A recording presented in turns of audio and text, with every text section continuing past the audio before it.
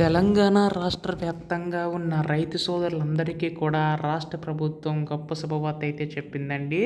So, ప్రస్తుతం మనకి రైతు భరోసా నిధులకు సంబంధించి విడుదల చేయడానికైతే సిద్ధమవుతున్నట్లు తెలుస్తుందనమాట.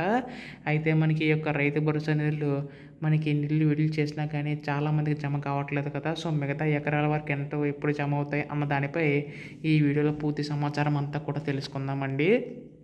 రైతన్నలందరూ కూడా వీడియోని అయితే పూర్తిగా చివరి వరకు అయితే చూడండి. అంతకంటే ముందు చాలామంది అయితే వీడియోని అయితే చూస్తున్నారు కానీ సబ్స్క్రైబ్ అయితే చేసుకోవడం లేదు. మీరు కనుక సబ్స్క్రైబ్ చేసుకుంటే నేను పెట్టే ప్రతి చిన్న లేటెస్ట్ అప్డేట్ కూడా మీరు ఎప్పటికప్పుడు మిస్ కాకుండా తెలుసుకోగలుగుతారు. అందుకోసం వెంటనే ఛానల్ అయితే సబ్స్క్రైబ్ చేసుకోండి. అలాగే వీడియోకి అయితే లైక్ చేయండి. దీని ద్వారా మరికొంతమందికి సమాచారం అయితే అందుతుంది. ఇంకా ఆలస్యం చేయకుండా వీడియోలోకి అయితే వెళ్ళిపోదాం. సో, ప్రస్తుతం రాష్ట్ర ప్రభుత్వం రైతన్నలందరికీ ఉపయోగపడేలాగా మనకి ఈ యొక్క పథకం అయితే తీసుకొచ్చిందండి. రైతు భరోసా పథకం అయితే ప్రతి సంవత్సరం కూడా 12,000 రూపాయలు అందిస్తామని చెప్పి హామీ అయితే ఇవ్వడం అయితే జరిగిందనమాట. సో, ప్రస్తుతం మనకి విడతల వారీగా నిధులు అనేవి అయితే అందజేస్తుందండి. సో, ప్రస్తుతం మనకి జనవరి 26వ తేదీన మనకి 6,000 రూపాయలు అనేవి అయితే విడుదల చేయడం అయితే జరిగిందనమాట రాష్ట్ర ప్రభుత్వం అయితే.